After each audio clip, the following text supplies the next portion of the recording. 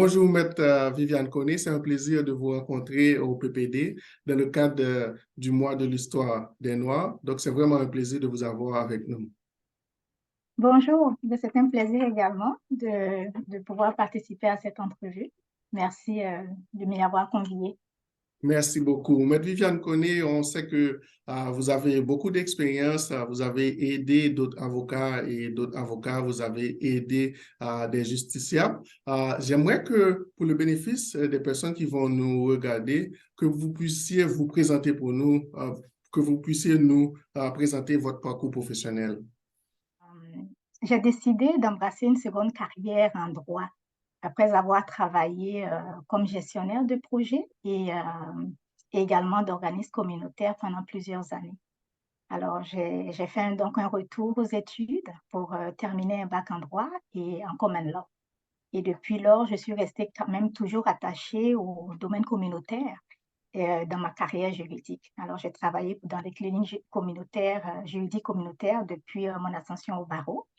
Et il y a environ un an que je suis retournée dans le milieu entièrement francophone pour travailler sur un sujet qui me tient vraiment à cœur, celui de l'aide aux survivantes et survivants et victimes d'agressions à caractère sexuel et de violences entre partenaires intimes. Alors, c'est un projet du Centre francophone de Toronto financé par Justice Canada qui a trait à vraiment apporter du support aux personnes qui vivent la violence à caractère sexuel et la violence en partenaire intime. Alors, je reçois des clients, on offre des services divers dans des domaines de droit divers, droit de la famille, droit pénal, droit de l'immigration et des réfugiés et d'autres types de droits.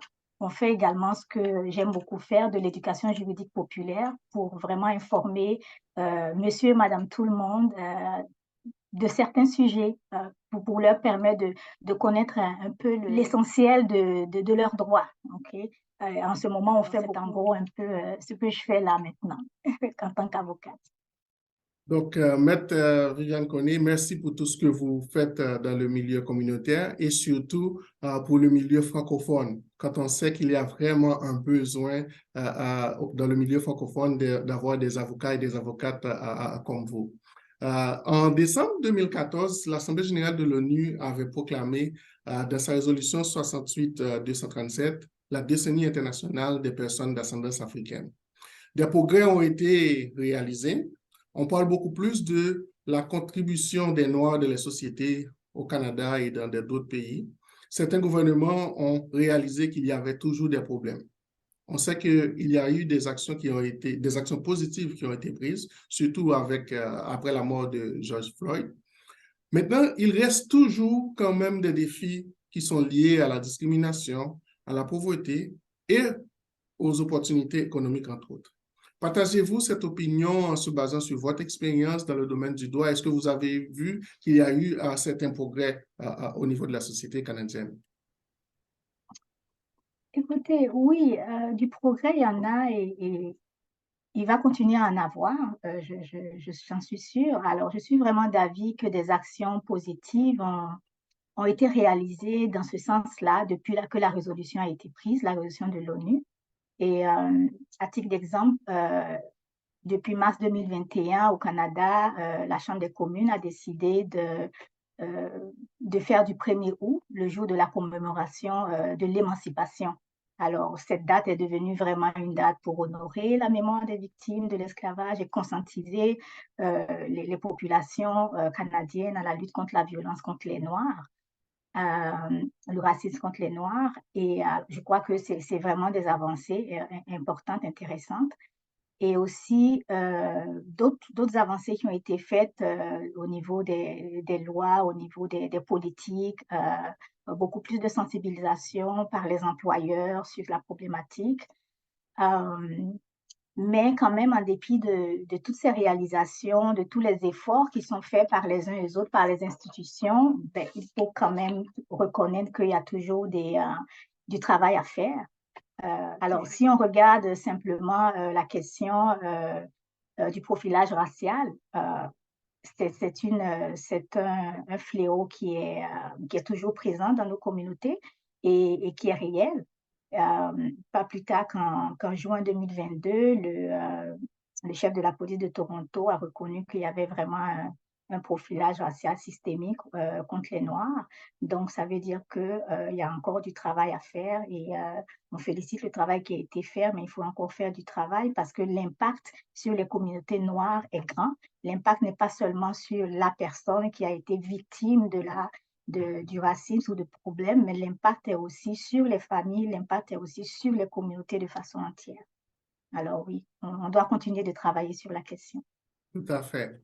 Donc, de ce que j'ai compris, donc, il y a un sens particulier pour vous qu'on continue à célébrer le mois de l'histoire des Noirs.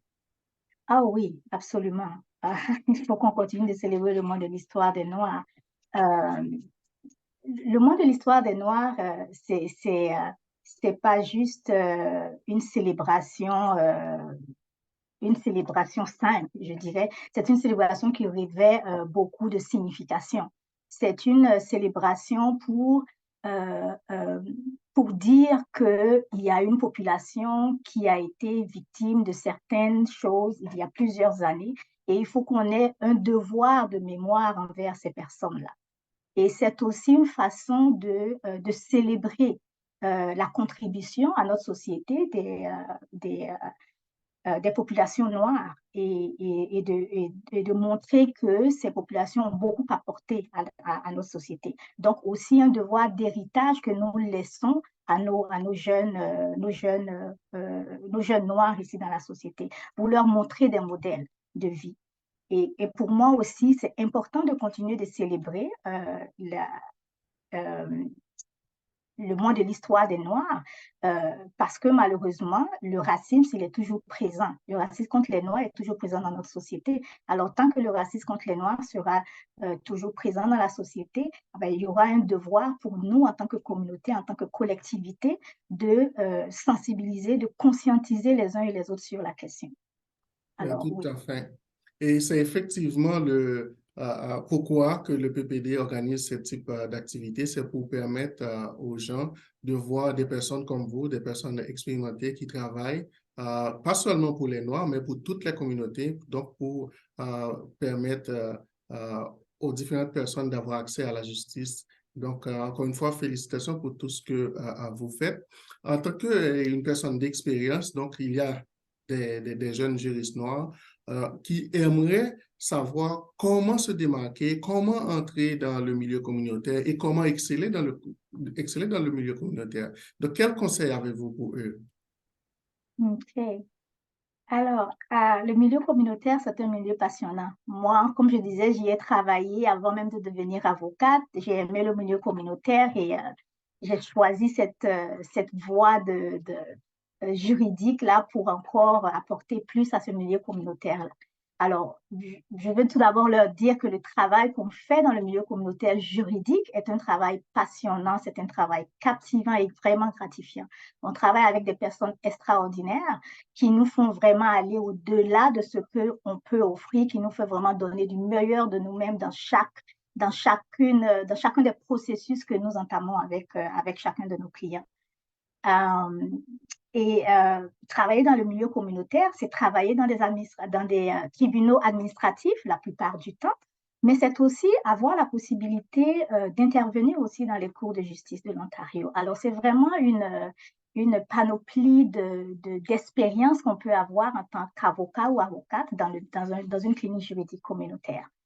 Alors, ce que moi, je conseillerais ou je pourrais conseiller aux personnes qui veulent travailler dans ce milieu juridique communautaire, c'est de ne pas attendre de finir les études.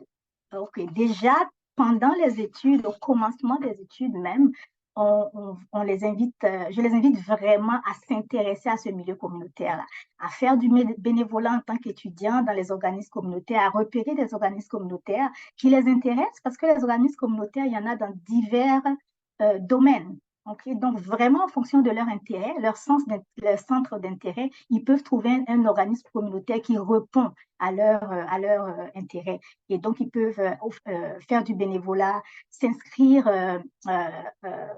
dans les cours, il y a les cours de clinique communautaire, juridique communautaire dans la plupart des campus. Donc, s'inscrire pour prendre le cours de clinique communautaire et aussi faire participer à la possibilité d'opportunités d'emploi d'été dans ces cliniques communautaires-là. Alors, c'est vraiment une façon de vraiment se tenir informé, se tenir près de ces organismes communautaires-là et pouvoir entrer par la suite en tant qu'avocat dans le domaine juridique communautaire. OK, donc on a remarqué, moi, de toute façon, moi j'ai remarqué qu'il y a de plus en plus de jeunes hommes noirs, de jeunes femmes noires qui deviennent avocats et avocates. Donc, comment pensez-vous que ces jeunes avocats et avocates peuvent mieux se préparer à la profession et se distinguer de la communauté juridique francophone? Um, Pour se préparer mieux à la profession, encore une fois, la profession ne commence pas lorsqu'on a passé le barreau. La profession commence quand on est aux études. C'est là que la profession commence. Donc, le réseautage peut être difficile pour les jeunes juristes. Alors, on n'attendrait pas, ce n'est pas bien d'attendre d'avoir le barreau et puis ensuite de commencer à vouloir intégrer le milieu professionnel. Ça commence, je dirais, quand on est à l'université. Alors, n'hésitez pas à participer aux conférences, à vous inscrire dans les associations étudiantes sur le campus, à tisser des liens avec vos collègues, construire votre réseau fort déjà que vous êtes à l'université et ce réseau-là pourra vous aider par la suite dans votre vie professionnelle. Parce que c'est vraiment important. C'est vrai que les études en droit sont prenantes, les études en droit sont demandent de l'énergie, demandent du travail constant. Il faut pouvoir trouver dans son agenda une place pour faire ces liens-là, pour tisser ces liens-là, pour construire ce réseau-là dès le départ, aussitôt que possible. Alors, ça peut vraiment aider. Et bien sûr, quand on rentre dans la profession, essayez de contacter les personnes qui sont déjà dans la profession. On est tous très occupés. Alors, ce n'est pas toujours évident que vous allez avoir une réponse dès la première fois que vous contactez une personne. Alors, ne vous découragez pas, utilisez LinkedIn, vraiment utilisez les systèmes que vous avez là pour retrouver des avocats qui sont dans la profession et contactez-les. Et même si ces avocats-là ne peuvent pas vous offrir un mentorat, je veux dire, de façon permanente et être là toujours pour vous, mais ces personnes-là pourront de temps à autre répondre à vos besoins, répondre à vos questions selon leur temps, bien sûr. Effectivement, et ma prochaine question concernait le réseautage. Donc, le réseautage, c'est important, surtout en droit. Donc, comment trouver des mentors? Donc, on sait que c'est important de trouver des mentors, surtout en droit, comme je viens de le dire. Mais quels conseils pouvez-vous donner aux jeunes juristes francophones pour trouver du mentorat? OK. Alors, comme je vous disais, c'est pas facile de trouver des mentors, surtout des mentors des avocats, juristes francophones noirs, parce qu'on est très peu dans la profession. Alors, des façons de pouvoir, en tant que juriste francophone, surtout de pouvoir trouver des mentors, c'est de participer ou de s'inscrire à des organismes comme l'AGFO, l'Association des juristes d'expression française. C'est vraiment un vaste réseau de juristes francophones. Vous n'allez pas en trouver ailleurs. C'est vraiment une plateforme où vous allez avoir des noms, des contacts de juristes francophones. Alors, soyez entrepreneurs. Allez regarder le répertoire, contactez les avocats sur ce répertoire, parlez-leur de vos besoins, de poser-leur des questions, mais faites des démarches dans ce sens et inscrivez-vous dans cette association-là qui pourrait être vraiment très utile pour vous. Il y a des conférences que l'association donne qui sont des occasions de discuter avec des personnes expérimentées dans des domaines de droit divers. Donc, c'est aussi des façons de vous créer ce réseau-là. Il y a aussi l'association des juristes francophones a un programme de mentorat. Mais c'est un programme, je crois, qui est assez contingenté, dans lequel il faut s'inscrire, il faut faire une demande d'intérêt, mais soyez à l'écoute, regardez quand est-ce qu'ils lancent le programme pour les jeunes mentorats, pour faire du mentorat ou pour avoir des mentors à la GFO et participer à ce programme. Inscrivez-vous pour avoir des mentors. Au moins dans le cadre de ce genre de programme-là, c'est sûr que la personne qui vous est assignée comme un mentor va agir comme un mentor, va vous donner le temps qu'il faut en tant que mentor. Alors, il y a aussi l'Association du barreau de l'Ontario, qui est aussi une autre association à laquelle vous pouvez participer. Il y a une division des juristes, des jeunes juristes d'abord en général dans l'Association du barreau de l'Ontario. Et aussi, il y a une division francophone aussi dans l'Association des barreaux de l'Ontario. Donc, c'est vraiment des endroits où vous pouvez trouver des avocats, vous pouvez faire du réseautage. Et aussi, je sais que le barreau de l'Ontario a aussi un service de mentorat pour lequel où vous pouvez vous inscrire et essayer d'avoir un mentor dans le domaine de droit qui vous intéresse. Donc,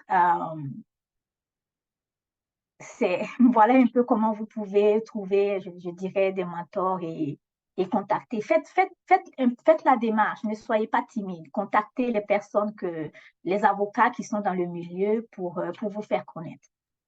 Tout à fait. Donc, il faut vraiment que les gens ne soient pas timides. Donc, il faut faire des efforts.